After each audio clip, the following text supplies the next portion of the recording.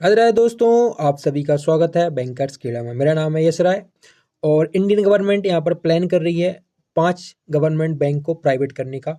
तो हम इस वीडियो में जानेंगे कि कौन कौन से ये बैंक हैं और इनमें कितनी स्टेक गवर्नमेंट सेल करने वाली है और इसके जो फ्यूचर जो जॉब्स हैं इन पर क्या इम्पैक्ट पड़ेगा।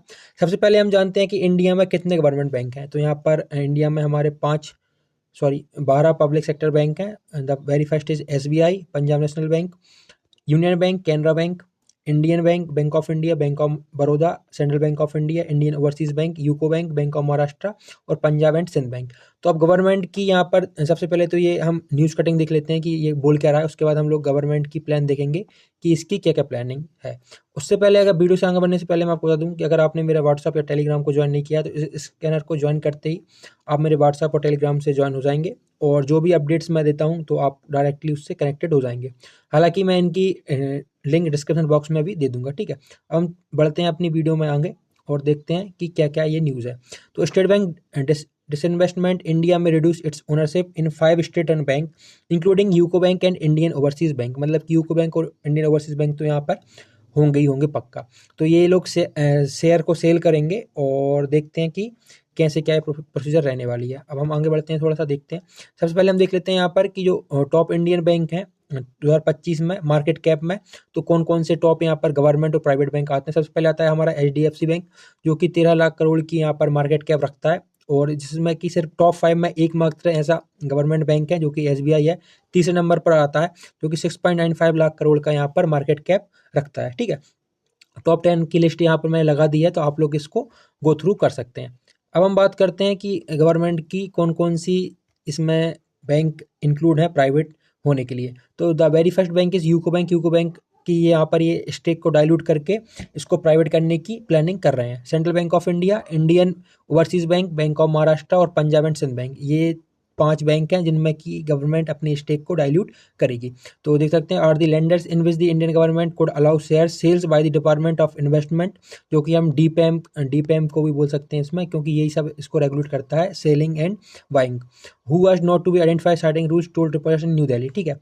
द बैंक सेलिंग, ये ठीक है, government holding in the lenders to below 75%, मतलब यहाँ पर 75% के जो स्टेक है उसके नीचे ही ये स्टेक रखने का प्लानिंग यहाँ पर कर रहे हैं, ठीक है। अब यहाँ पर हम देख लेते हैं कि इनकी जो प्रेजेंट गवर्नमेंट की स्टेक है फॉलोइंग बैंक्स में वो कितनी है। तो पंजाब एंड सिंध बैंक में 98.25 करंट स्टेक है गवर्नमेंट की, जो कि इसको सेल करने के बाद 23.25% यहाँ पर सेल करने की इनकी चल रही है, प्लानिंग चल रही है।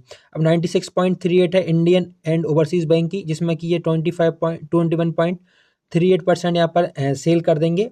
तो ये 75% और इससे भी कम हो सकती है, ठीक है। यूको बैंक की 95.39 है, इसको भी ये सेल करके 75 और भी कैन से कि 75 से कम इसको ला देंगे। सेंट्रल बैंक ऑफ इंडिया 93.08 और सबसे कम है बैंक ऑफ महाराष्ट्र की, जो जिसकी ऑलरेडी 79.6 है। तो इसमें 4% तक ये डाइल्यूट करने की प्लानिंग यहाँ पर कर सकते हैं। अब हम बात करते हैं थोड़ा कि गवर्नमेंट की स्ट्रेटजी क्या रहेगी इनको सेल करने की। तो गवर्नमेंट ने अप्रूव की है 2000 crore for QIP plan for each of 5 PSBs sources, ठीक है। तो यहाँ पर क्या बोल रहा है कि BOM 4 PSBs to raise fund in small tranche starting financial year 2025, ठीक है। Punjab and Sind bank, IOB, UCO bank, central bank, bank of Maharashtra get nod for fund raise, ठीक है। फंड रेज मतलब यहाँ पर कि स्टेक को सेल करना है। तो डीपैम, ये अभी मैंने आपको बताया था कि also get mandate to sell stake in the 5 PSBs via OFS। तो OFS क्या होता है? OFS होता है ऑफर फॉर सेल। इसके बारे में हम अभी आगे वीडियो में चर्चा करेंगे, ठीक है। तो under the administrative control of department of financial service, जो कि DFS है। Government trying to meet 25% public float norm by August 2026। तो यहाँ पर 2026 तक की प्लानिंग इनकी बोली है कि 25% और इससे ज़्यादा के शेयर ये लोग सेल कर देंगे प्राइवेट सेक्टर को, ठीक है। अब हम देखते हैं इसमें कि कौन कौन सी इसमें चीज़ें इंक्लूडिंग है। देखिए, सबसे पहले मैं आपको एक चीज़ बता दूं कि गवर्नमेंट का और जो RBI का स्टैंड है प्राइवेटाइजेशन को लेकर वो क्या है। तो यहाँ पर बहुत सारी कमेटी ने प्रपोज किया था कि गवर्नमेंट की स्टेक क्या रहनी चाहिए इन PSUs। तो सबसे पहले यहाँ पर जो कमेटी है, एक ने बोला था कि यहाँ पर बिलो 51% यहाँ पर लानी चाहिए। देखिए, मैं आपको एक चीज़ और यहाँ पर क्लियर कर देना चाहता हूँ कि जो अगर आप किसी भी इंस्टीट्यूट में अगर 51% आपकी हिस्सेदारी है, 51% आपकी हिस्सेदारी है, तो वो गवर्नमेंट कहलाएगी। सॉरी, गवर्नमेंट की 51% हिस्सेदारी है तो वो इंस्टीट्यूट गवर्नमेंट कहलाएगा। अगर इसके 51% से कम होगी तो जब ही ये इंस्टीट्यूट प्राइवेट माना जाएगा, ठीक है। तो यही चीज़ ये कमेटी वाले बोल रहे हैं। यहाँ पर देखिए कि जो गवर्नमेंट की हम प्लानिंग कर रहे हैं वो 51% बिलो, और एक नरसिम्हन कमेटी थी जिसने प्रपोज किया था कि 33% रहनी चाहिए गवर्नमेंट की हिस्सेदारी। अगर 33% गवर्नमेंट की हिस्सेदारी रहेगी तो ये पूरा जो भी इंस्टीट्यूट है वो प्राइवेट के हाथ में चला जाएगा। और पीजे नायक कमेटी की थी कि 50% से कम रहना चाहिए। और जो यूपीए गवर्नमेंट थी जो कि 2004 से 2014 में थी, उसने कोई भी डिसीजन नहीं लिया था प्राइवेटाइजेशन के ऊपर। जो एनडीए गवर्नमेंट है जो कि थर्ड टर्म में आई है, has been pushing for privatisation and reducing the number of PSUs bank to 5 और 6। तो यहाँ पर मैं आपको एक चीज़ बता दूं कि जो एनडीए गवर्नमेंट अभी आई है, जो थर्ड टाइम यहाँ पर इलेक्ट होकर आई है NDA government, we can say कि बीजेपी, यही प्राइवेटाइजेशन ऑफ बैंक को पुश कर रही है। जो कि अभी 12 पब्लिक सेक्टर बैंक है, मतलब 12 गवर्नमेंट बैंक है अपने इंडिया में, इसको ये घटाकर 5 से सिर्फ 6 करने वाली है। अब 5 से 6 बैंक अगर बचेंगे गवर्नमेंट, जिसमें कि डेफिनेटली एक एसबीआई तो रहेगा, बाकी 3-4 बैंक के नाम हम नहीं जानते कि कौन कौन से बैंक इसमें बचने वाले हैं, ठीक है।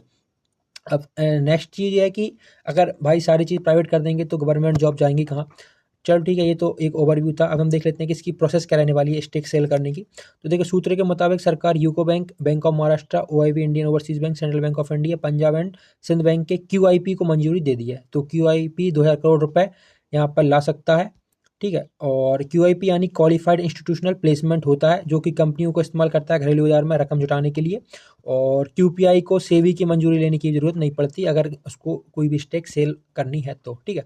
अब क्यूआईपी के द्वारा कौन कौन सी कंपनियां यहाँ पर बैंक की स्टेक्स को यहाँ पर ले सकती हैं। तो देखिए क्यूआईपी के जरिए इंश्योरेंस कंपनियां यहाँ पर स्टेक को परचेज कर सकती हैं। वित्तीय संस्थान मतलब कि फाइनेंशियल इंस्टीट्यूशन यहाँ पर परचेज कर सकता है, शेयर जारी हो सकते हैं। विदेशी संस्थागत निवेशक मतलब कि यहाँ पर फॉरेन इन्वेस्टर और वेंचर्स कैपिटल फंड्स जो कि यहाँ पर शेयर्स को परचेज कर सकते हैं, ठीक है। अब ये सब तो ठीक हो गया है, ये गवर्नमेंट प्लान मैंने आपको बता दिया। बस ये छोटी सी इन्फॉर्मेशन थी। अब आप लोगों की क्या राय है कि बैंक प्राइवेट होना चाहिए नहीं होना चाहिए, तो मुझे कमेंट बॉक्स में जरूर बताएं। और ये मेरा स्कैनर है, इसको स्कैन करके मेरे व्हाट्सएप और टेलीग्राम से ज्वाइन हो जाएं। जब तक के लिए keep watching, keep subscribing, keep living. Radhe Radhe.